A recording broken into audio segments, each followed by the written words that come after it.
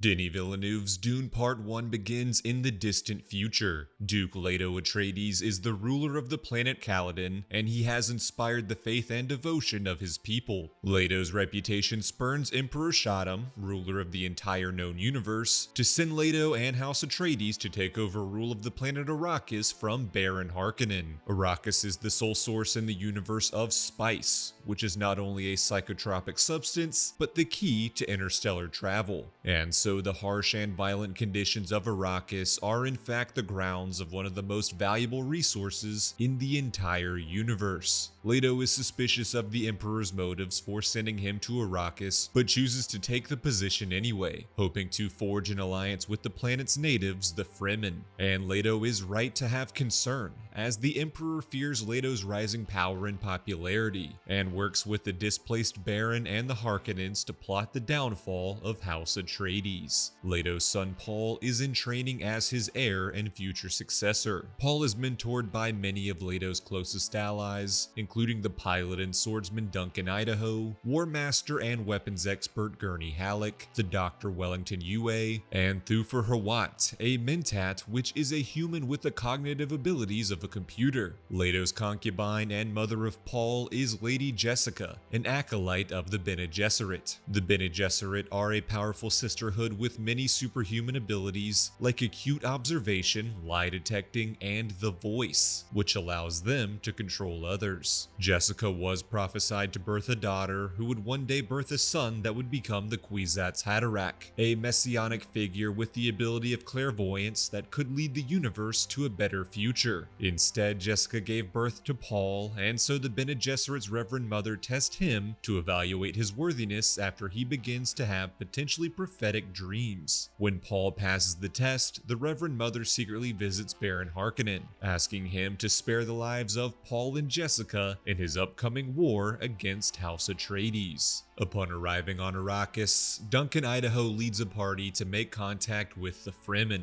Duncan's mission is a success, as the Fremen have heard from the Bene Gesserit about the prophecy surrounding Paul and Lady Jessica. Leto forms an alliance with the Fremen's leader Stilgar, and the planetologist Dr. Kynes helps train Leto and Paul in the very dangerous conditions of spice harvesting, including contending with the massive and deadly sandworms. Secretly, Baron Harkonnen kidnaps the wife of Leto's trusted Dr. Yue. In response, Yue betrays House Atreides and lowers the shields of their stronghold to allow the Harkonnens and the Emperor's Sardaukar army to invade. During the assault against the unsuspecting soldiers of House Atreides, most of Leto's loyal men are slaughtered, seemingly including Gurney Halleck. Still wanting revenge against the Baron, Yue secretly gives Leto a poison capsule to use against the villainous Harkonnen. The Baron kills Yue, and as Leto is captured, he releases the poisonous toxin, which kills him and the Harkonnen mentat Peter, while critically injuring the Baron.